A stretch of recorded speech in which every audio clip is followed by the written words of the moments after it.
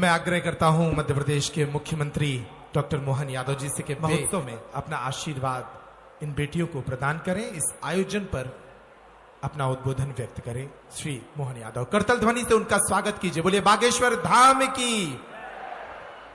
हम सब आज शिवरात्रि के खास करके दिन भर से बोल बोल के महाराज जी गला काम नहीं कर रहा है, लेकिन आपको देख के इतना आनंद आ रहा है कि मैं आपके चरणों में प्रणाम करता हूं। परमात्मा की दया से ये जो मौका आपने दिया है, सच मानो मेरा जीवन धन्य हो गया। ये पूरा धाम जगमगा रहा है आपके आशीर्वाद के कारण से। जोरदार करतल ध्वनि से अभिनंदन करो अपने महाराज जी का।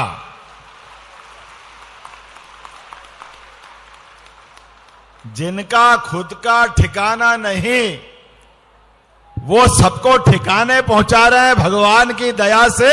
यह आनंद कोई मामूली बात नहीं होता है। जिनके जीवन में एकमात्र उद्देश्य कि मैं कई लोगों का घर बसाऊं, ये तो कोई देव पुरुष ही कर सकता है और किसी के बस की बात नहीं है। यह हमारी देवमार्गी संस्कृति, सनातन संस्कृति, और होना भी चाहिए। महाराज जी मैं बैठे बैठे सोच रहा था, मंच पर विराजमान बागेश्वर धाम के जयकारा लगाए बिना आनंद नहीं आएगा। बोलिए बागेश्वर धाम की। मैं महाकाल महाराज के यहां से आता हूं तो एक बार महाकाल महाराज का भी जय जयकार करे। शिवरात्रि का पावन पर्व है। बोले महाकाल महाराज की जय हो। परम पूज्य बागेश्वर धाम के महाराज श्री, आपके चरणों में प्रणाम। परम पूज्य इंद्रेश महाराज जी अयोध्या वाले, आपको भी प्रणाम। और सीधे बद्रीनाथ से आए हैं और महाराज जी सारे शहीदों के लिए यज्ञ करा करके उनके जीवन में मोक्ष की कामना करते हैं। ऐसे परम पूज्य महाराज जी के चरणों में प्रणाम। और ये बागेश्वर धाम और आपके सांसद, मैं आपसे कह रहा था कि हमारे भगवानों ने भी कितनी मित्रता का, एक दूसरे के सद्भाव का क्या क्या रास्ता निकाला है। महाकाल के दर्शन करो और विष्णु भगवान को याद नहीं करो तो बात नहीं बनती है। इधर भगवान देखो और दोनों मंत्र बोले बिना दोनों के दर्शन मानते नहीं है। तो शिवाय नमः विष्णुवे नमः, शिवाय नमः विष्णुवे नमः।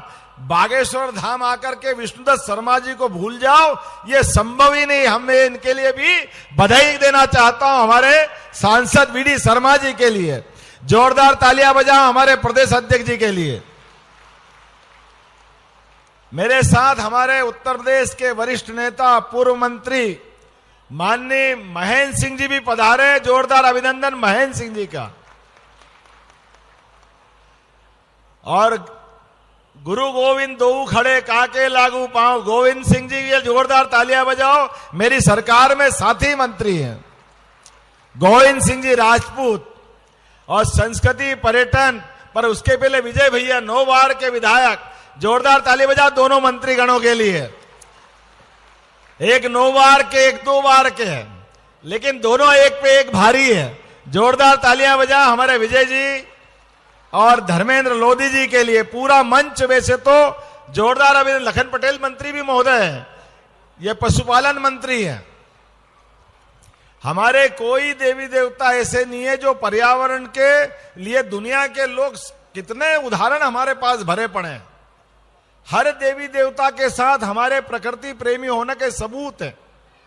भगवान भोलेनाथ बैठे तो नंदी सामने बैठे, गोपाल कृष्ण तो गाय माता पीछे बैठी है।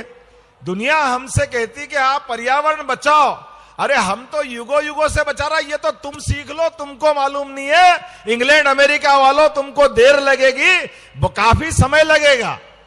जो हमारी प्रकृति का चिंतन करते हैं, ये सनातन संस्कृति की हमारी जो आभा है, इसकी चमक हमारे सभी देव समान ऋषि मुनि संत गणों के कारण से है, जो समूचे समाज का विचार करके चलते हैं। समाज पे कदम कदम पर अपने प्रवचन के बावजूद भी कर्मों से सूर्य के समान आभा फैलाते हैं। ये हमारे लिए, ये जो भगवा रंग धारण करते हैं, एक तरह से अपने जीवन में सूर्य के समान ये अपने अग्नि कलर है, अग्नि रंग समझ लो। तो ये अपनी आभा से, अपने शरीर के माध्यम से जैसे सूर्य से सब जीवन पाते हैं, ऐसे हमारी सनातन संस्कृति संतों के माध्यम से जीवन पाती है। मैं सबके चरणों में प्रणाम करता हूं। एक बार पूरे मंच के लिए अभिनंदन करें, जोरदार तालियां बजाएं।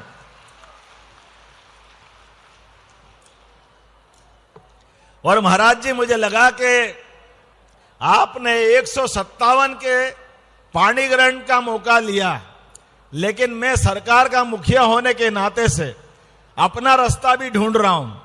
हमारे ऐसे भाई बहन, जीवन में अभी और मौका आएगा।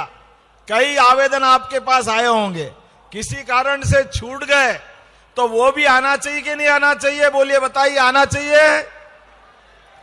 तो मैं थोड़ी आपकी मदद करूंगा। सरकार आपके भरोसे से बनी है, आपके आशीर्वाद से बनी है, तो आपने जो करना समाज की मदद से वो सब कर दिया। अब सरकार की मदद से भी आप ये पुण्य कार्य जरूर कराइए।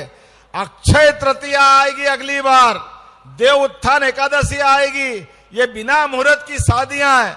आप निश्चित रूप से सारे लोगों के आवेदन बुलाइए, पूरा पैसा सरकार देगी बागेश्वर धाम में।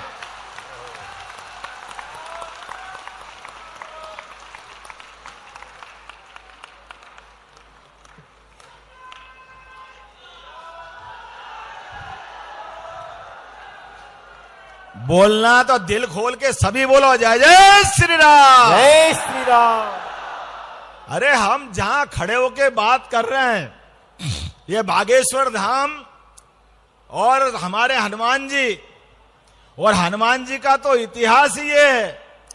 17 लाख साल हो गए भगवान राम के साथ हनुमान जी वाले प्रसंग को जोड़ करके, लेकिन 17 साल पहले भी भगवान हनुमान जी ने राम जी और सीता माता को मिलाने का प्रयास प्रारंभ किया था। वो का वही आज भी जारी रहे, यही तो हम आपसे निवेदन कर रहे हैं।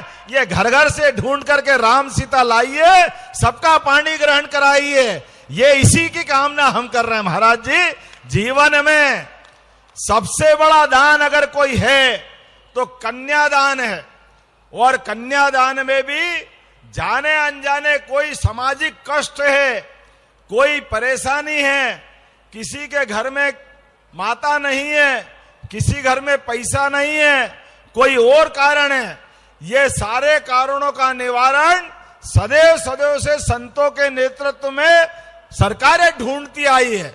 तो मैं अपनी सरकार को पीछे क्यों रखूंगा? निश्चित रूप से आपके पीछे पीछे ये आयोजन के लिए लगातार रहूंगा। महाराज जी, एक बार फिर मैं आपका अभिनंदन करता हूं, 2 कारण से।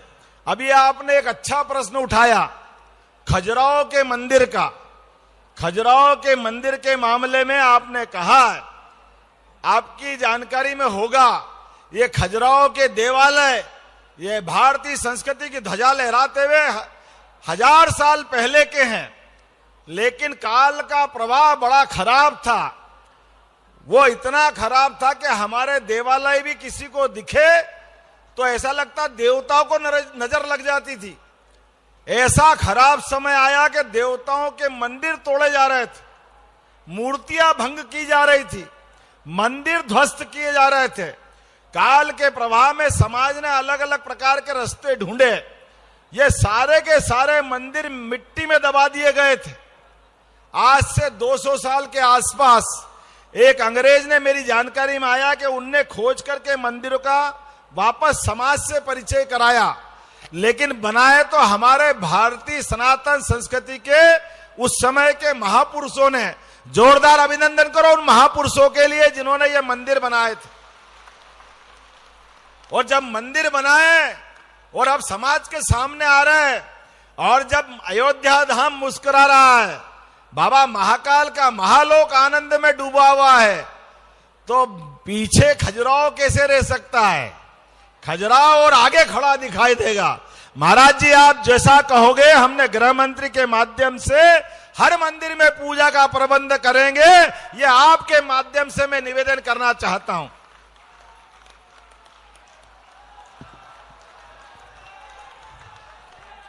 लेकिन एक ही शर्त है महाराज जी, ये सनातन संस्कृति पे धर्म के मामले में मैं भी